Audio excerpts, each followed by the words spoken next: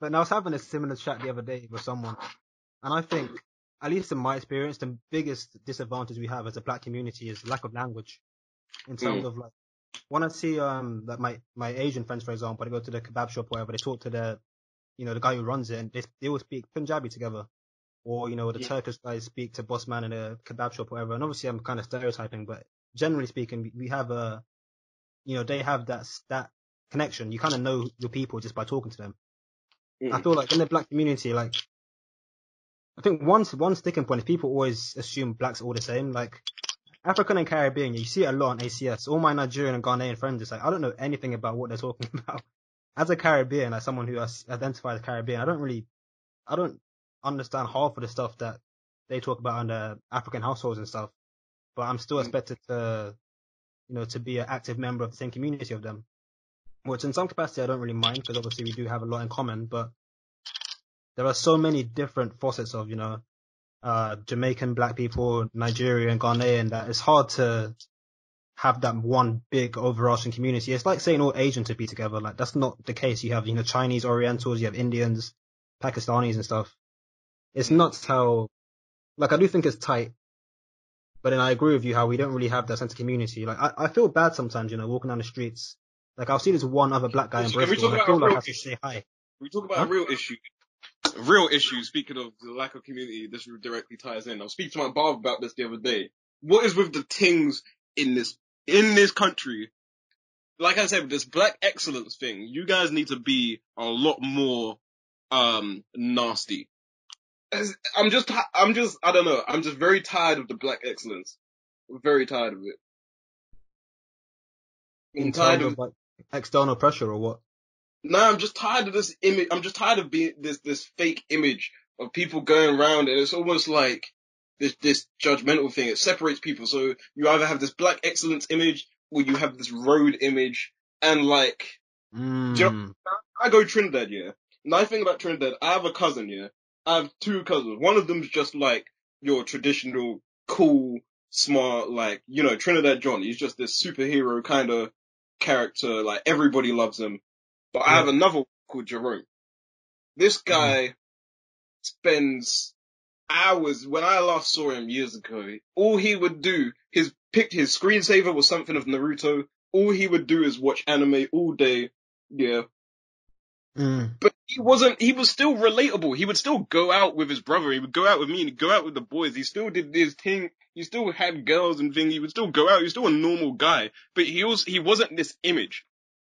Do you get what I mean? He was a Yeah, yeah. nerd. He didn't just agree with everything everyone said. If we were he's the kind of person where if he was in a circle and 10 people were saying about how much they loved power, he would say, I've never seen it. Do you get what I mean? But Mm. because, because he doesn't have to adhere to an image. When you're in a country where the majority of people are black, you have the freedom to kind of have your own personality because your community is the entire country. So you don't have to try very hard to reach out to people like you and to try and make these friends.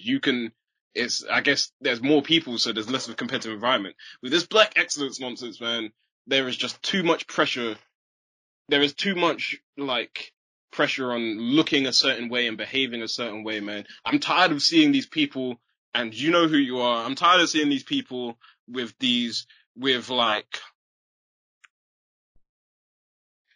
they'll be having like what are these brands? Give me some good brands like a Birkin, like like Off-White, like all this stuff. They'll Supreme. have all of these garms, yeah. But it's like I know where you live. Why are you trying to live this? Do you know what I mean? You come from Yeah, Hounslow yeah, yeah. I know what you mean. and you're trying to live this life. You're either going for the black excellence or you're going to live like this trap culture, and there's just no in the middle, and it just annoys me because there's not enough individualism out there. Mm. It means everyone just behaves. You have like two personality types out there, and it's frustrating. For me, I feel like I've never had that pressure because I was like the ADHD kid from since like day. And I feel Yeah, like yeah. that presides over any race in terms of because it's like a smaller group of people.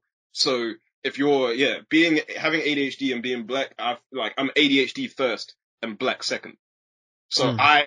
I kind of had the freedom to be able to to do my own thing because black people find me weird anyway. So like, I can't really cater to that group.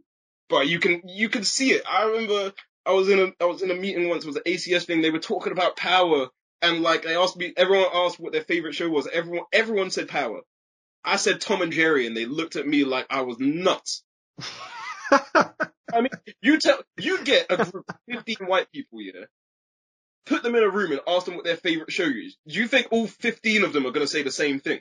15 No. random white people, and they all say the same thing. Are you crazy? Some of them are going to say Peep Show.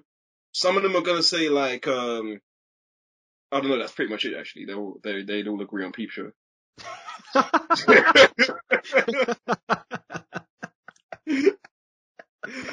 Okay, so that point doesn't, okay, forget that point.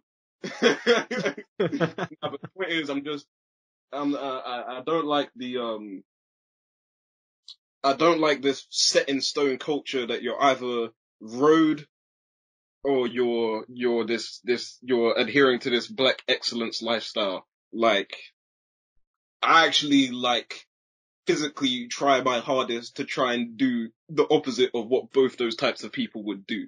Just not even like just to make a point that you can, that like you can be a person, you can be a successful person, you can go Cambridge, you can do all this stuff, and you don't have to look like this to be able to do it. You can actually be retarded as hell and still do it. It doesn't make a difference. These aren't prerequisites. You don't have to dress up like this. You can if you want to, but it's not a prerequisite to say your success or your social circle or anything like that. I hang out with all these types of people from all types of cultures, all types of race, all types of demographics. You know, I'll go out, I'll meet you at a club in pajamas, like, because you can. You Yeah, don't yeah. have to be in the circle. You don't have to do it if you don't want to do it. And there's not enough of that individualism in the black community in this country anyway. You definitely see it.